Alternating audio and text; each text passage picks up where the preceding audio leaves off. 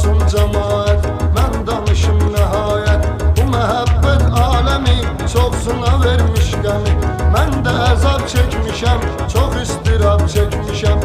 Kim gəlibdi xoşuma, nə iş gəlib başıma. Yaş dola dola gözlərə, danışmışam sizlərə. O vəfasızdan sonra düşməmək üçün tora.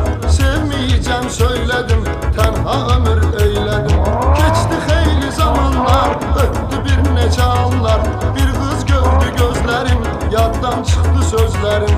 Bu qız əcəbdir, əcəb, sev məni eləyir tələb. Dedim çatar köməkmə, təsəllidir